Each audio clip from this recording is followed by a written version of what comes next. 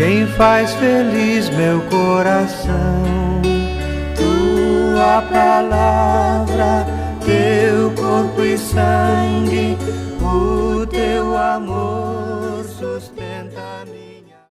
Proclamação do Evangelho de Jesus Cristo segundo Mateus. Glória a vós, Senhor.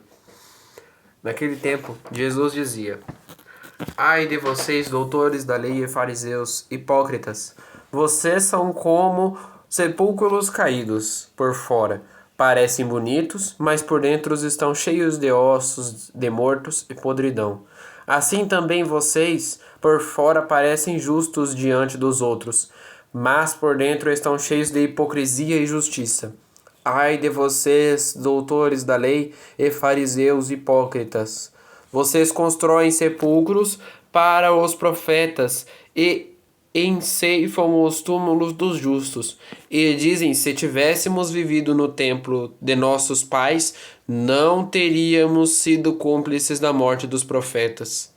Com isso, vocês confessam que são filhos daqueles que mataram os profetas. Pois bem, acabem de encher a medida dos pais de vocês. Palavra da salvação, glória a vós, Senhor. Meus irmãos e minhas irmãs, que as palavras do Santo Evangelho perdoem os nossos pecados. Amém.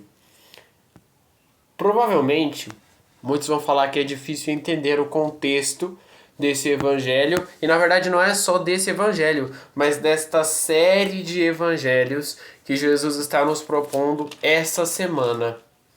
Resumidamente, Jesus aborda essa semana uma semana de reflexão dos erros que nós cometemos na nossa vida, de todos os erros que nós achamos que é padrão, que é normal, que acontece. No evangelho de hoje, nós retornamos a essa questão da justiça, de como é feita a justiça de uma pessoa. Nós retornamos a essa questão de como é comportada uma pessoa, os julgamentos, a forma de que ela combate a justiça, a forma de que ela transmite a boa-fé, a forma de que ela ajuda o irmão. Os dois evangelhos atrás, os dois evangelhos que a gente leu ontem e antes de ontem, relembra que ontem e antes de ontem foram dois evangelhos que dão continuidade. O evangelho de segunda-feira dá continuidade ao evangelho de terça, que dá continuidade ao evangelho de hoje. E por que essa continuidade? Porque o evangelho é longo. O evangelho o capítulo 13 de Mateus 23, o versículo 13 de Mateus 23, Mateus 23, começa do versículo 13, que é o versículo que nós começamos segunda-feira, e vai até o 40.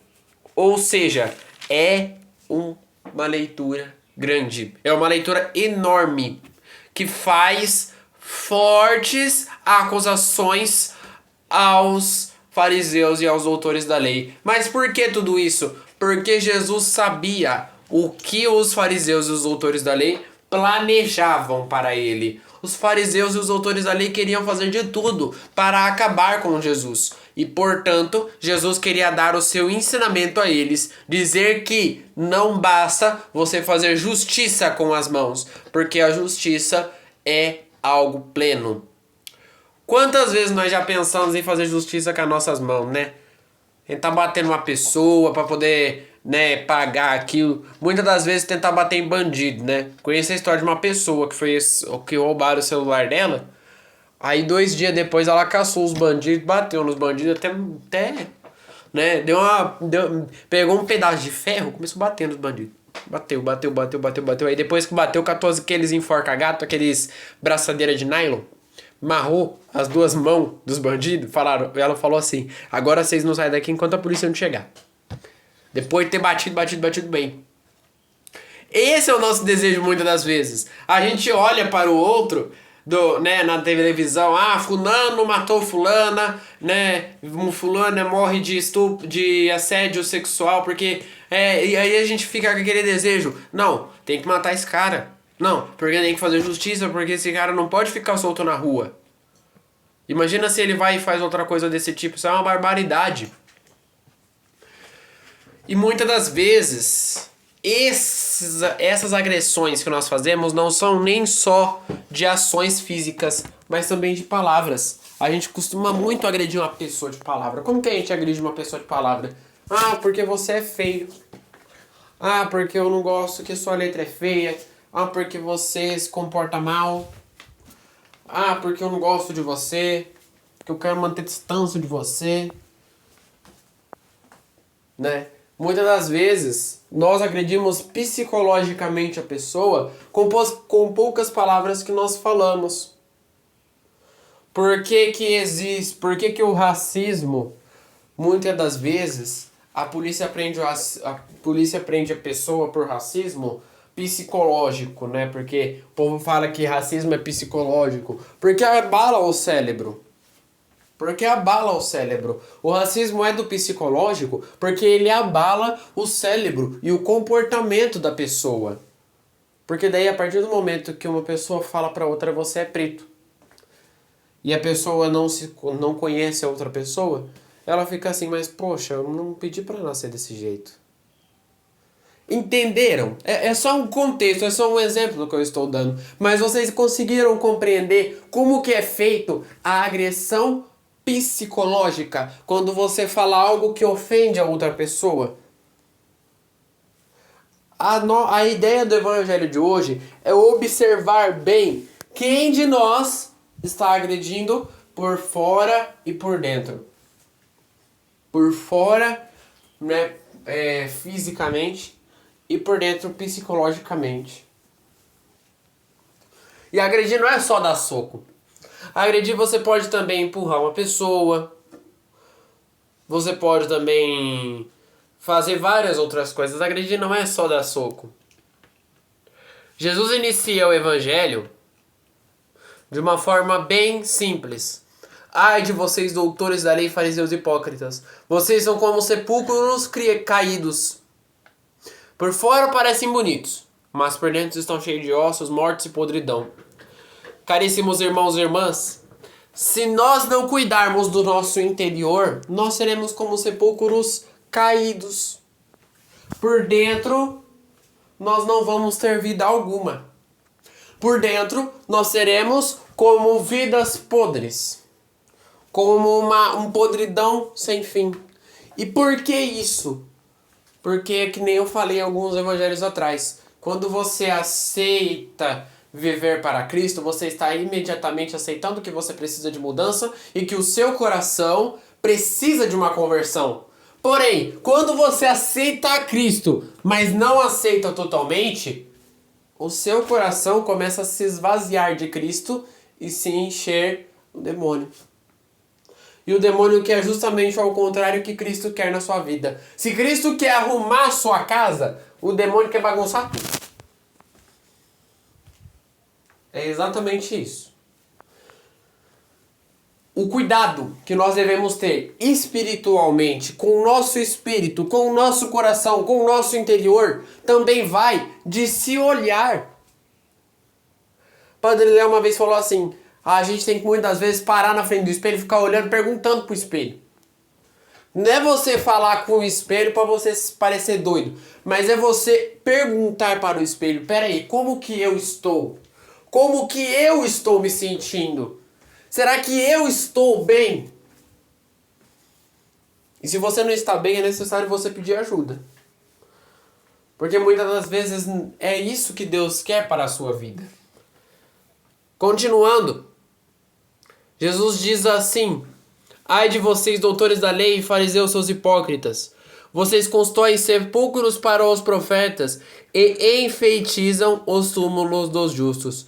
E dizem: se tivéssemos vivido no tempo de nossos pais, não teríamos sido cúmplices da morte dos profetas. Com isso, vocês confessam que são filhos daqueles que mataram os profetas. Pois bem, acabem de encher a medida dos pais de vocês.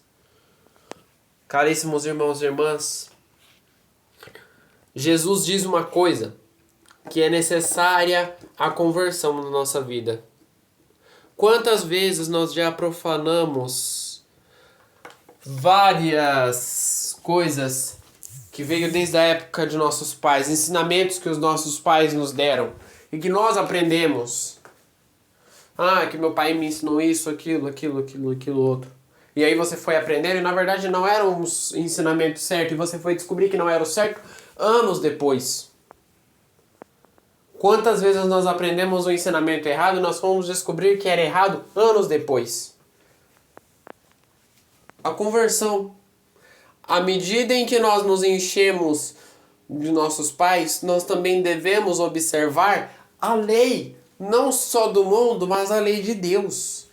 Será que é aquilo que Deus quer para a minha vida? Será que é aquilo que Deus quer para os meus ensinamentos? Eu não estou falando para ninguém desobedecer o pai.